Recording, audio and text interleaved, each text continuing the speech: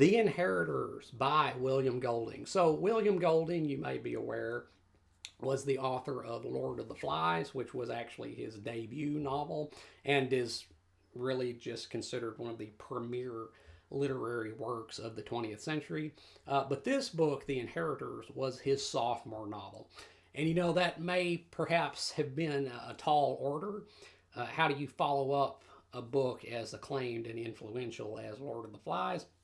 But this book, The Inheritors, is a fascinating book, which, although plot wise is very dissimilar to Lord of the Flies, it nonetheless shares some common thematic elements, which I hope to elucidate here. So, what is the story of The Inheritors? Well, it takes place in prehistoric times and concerns the fatal encounter between a band of Neanderthals and a band of early humans, what I guess you would call Cro Magnons, which ultimately leaves the latter as the titular inheritors of the earth. That's kind of the long and short of it. The main cast here is a small troop of Neanderthals, which, even though it's not explicitly stated, it's kind of heavily implied that they are the last of their kind. They are the last of their species. They are all that remains of the race of Neanderthals. And our main character is named Locke, L O K. He is a Neanderthal male who, even by Neanderthal standards, is kind of dim witted. He is not exactly the sharpest tack, but he and his family, as the book opens, are journeying back into the mountains and forests in the summer after having spent the winter at the sea foraging, because they have to migrate with the seasons kind of to stay alive because they're not that developed.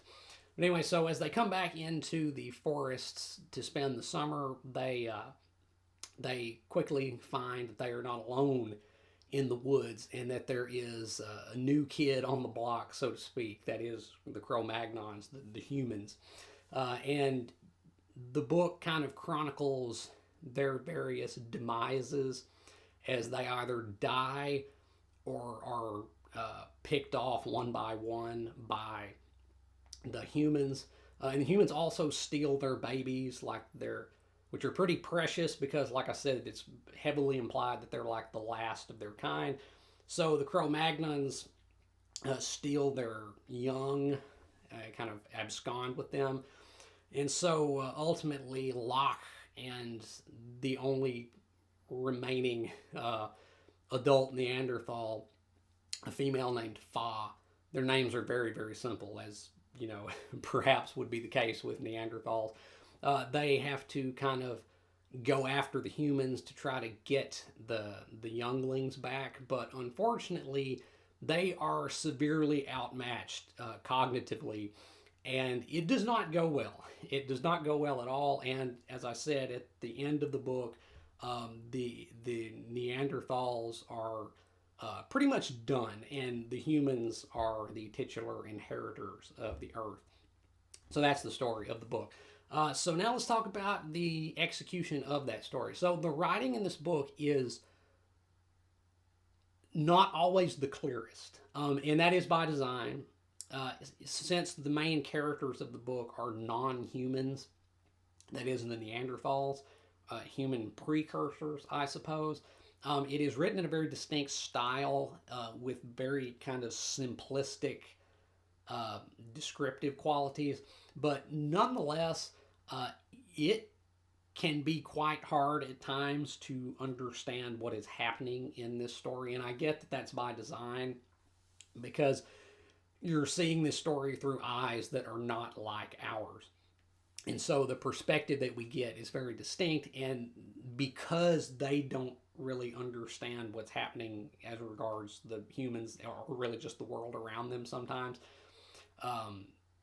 neither do we. But this book is honestly kind of hard to read, and it's strange because the writing is so simplistic. It's not complex writing.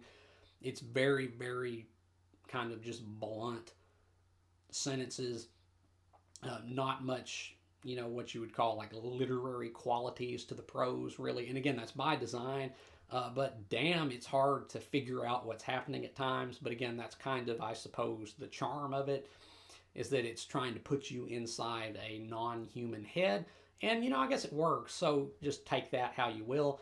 Now, as to the characters, I have to say, Locke was a pretty good character, and I didn't really know how that was going to come out in this book, given that the characters in this book are not human.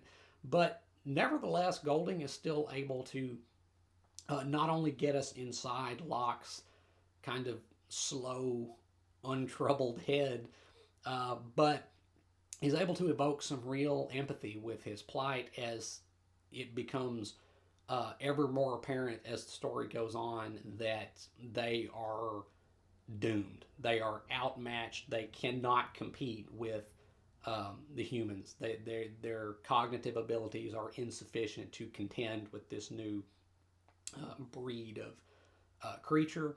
And, you really do feel for the guy. And, the Neanderthals have this kind of primitive culture of their own in the book. They have a kind of Gaia-centered religion, and it's very kind of rudimentary, but it's very in tune with nature and stuff. And this is contrasted, of course, with the aggression and dominance displayed by the Cro Magnons. And normally I don't really go in for that kind of noble savage romanticism. I mean, you get enough of that, I think, in like sociology classes in college. That whole humans are a blight upon the earth, and the agricultural revolution was actually a mistake. People were actually happier back when the average lifespan was 35 and they had an infant mortality rate of 70%. Back in the good old days, technology advancement, it's all just evil, blah, blah, blah. I don't really go in for that kind of thing too much.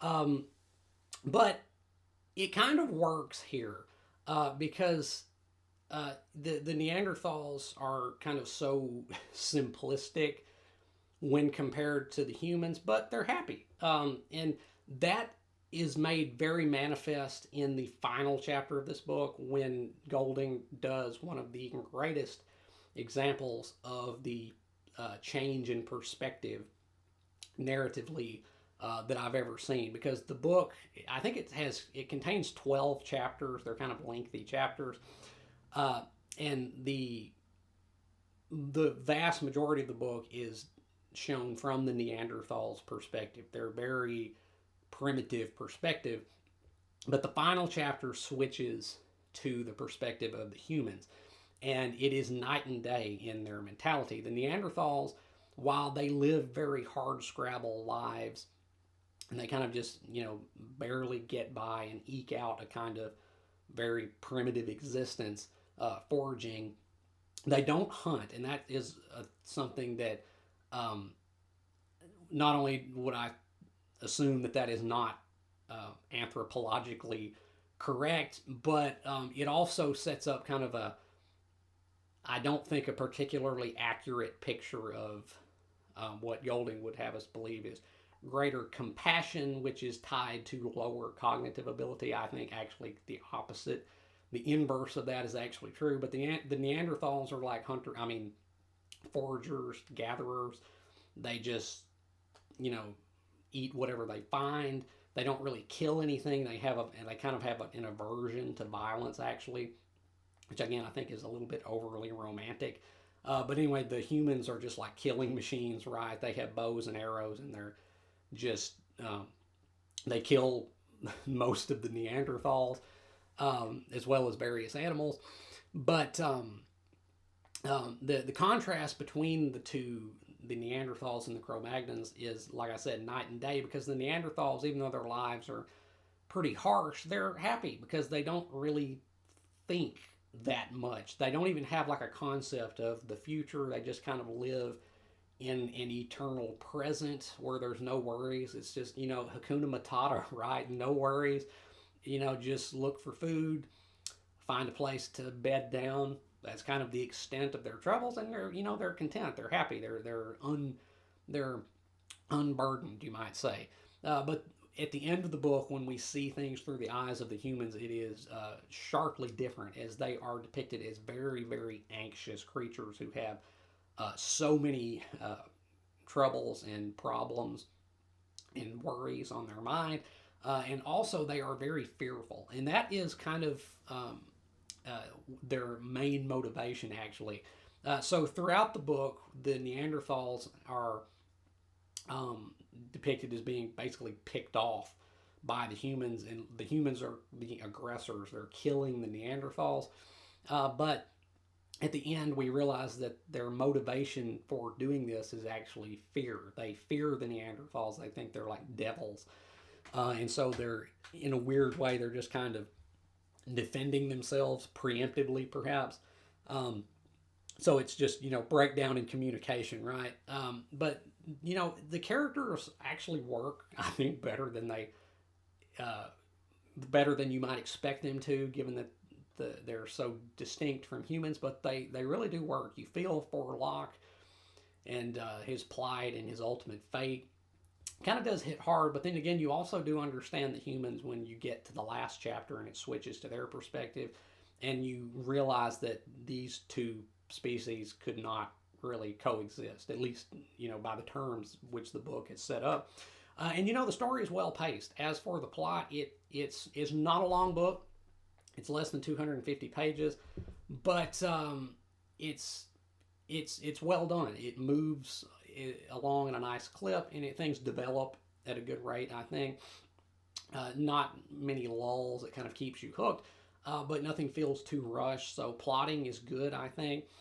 Now, as to to kind of touch on the uh, paleontological aspects of this, I do not think, and I'm not a paleontologist or an anthropologist or whatever, but I don't think that this accurately reflects um, current understanding of Neanderthals, because the creatures in this book, even though they're never called Neanderthals because there's no one there to call them that, um, it's pretty clear that that's what they're meant to be, but they're decidedly more primitive than I think scientists currently would say that Neanderthals actually were. In fact, in the book, they're barely above apes. They're much more ape-like than they are human. They don't wear clothes. They're completely naked. I don't think that's accurate. And also, they don't have human like feet. They have like the gorilla chimpanzee type opposable toe on their feet, and I don't think that's accurate to what Neanderthals were anatomically like either. Um, and their cognitive ability is so low that I think that real life Neanderthals probably would have exceeded what is depicted in the book. But um, that's the book first and foremost has to work um, and be consistent with itself, be internally consistent. And I think it does. So even though this is probably not accurate as regards current scientific understanding of Neanderthals, it still makes for a good yarn, and that's what counts, I suppose. So, um, that I guess that's not really a criticism to be leveled against it, unless you just want to, get really harsh and nitpick with it. But one thing I will say is this: the Inheritors, like I said at the outset, does share certain thematic uh, elements with Golding's debut novel, Lord of the Flies. So, Lord of the Flies is a book that's very concerned with the fragility of civilization and the innate savagery at the heart of humanity. And that theme is kind of heightened in this book. It's kind of taken to the next level as Golding depicts basically like the birth of humanity and shows that it was spawned with violence, literally, right? Um, Now, that is like on the surface what it's about, but I think there's something deeper that Golding is trying to say with this. Now, I don't remember exactly where I read this, and so don't quote me on this, but I think I remember reading somewhere that Golding like identified as Christian, in his personal life. And I can believe that because there are a lot of, if not Christian outright themes at play in Lord of the Flies. There are certainly a lot of spiritual themes that you could say, and the same thing applies for this book, The Inheritors. What I think the book is really about is the fall, right? The fall of man, in a not so much in a biblical sense, but in a like a historical sense. The Neanderthals and the humans are contrasted so that the Neanderthals are depicted as being in tune with nature, in harmony with the world they live in, and kind of untroubled, whereas the humans are removed intellectually from their environment and they live very concerned lives. And once again, I don't really go in for that kind of romanticized primitivism, but it does make for affecting tragedy. And it's tragic in this book because it's just portrayed as inevitable. The humans, even though they do commit acts of violence against the Neanderthals, they're not depicted as knowingly malevolent. Again, their ultimate motivation is kind of preemptive self-defense. Um, but Golding kind of makes the point that their enhanced intellect makes them much less happy than the Neanderthals. That is what the fall is all about. An increase in knowledge equals a decrease in contentment. And that's kind of the underlying theme of this book, I think, is kind of the fall of man in a more historical, less scriptural sense. But I think it's effective. I really do. It's a pretty great book. Would I say that it's as good as Lord of the Flies? Maybe not.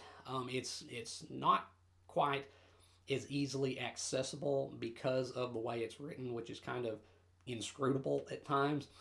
But it does have a lot to offer, and again, it's kind of an enhancement of some of the themes of that book. So I think it kind of plays well off of Lord of the Flies as well, even though I do think that book is still kind of a little bit higher.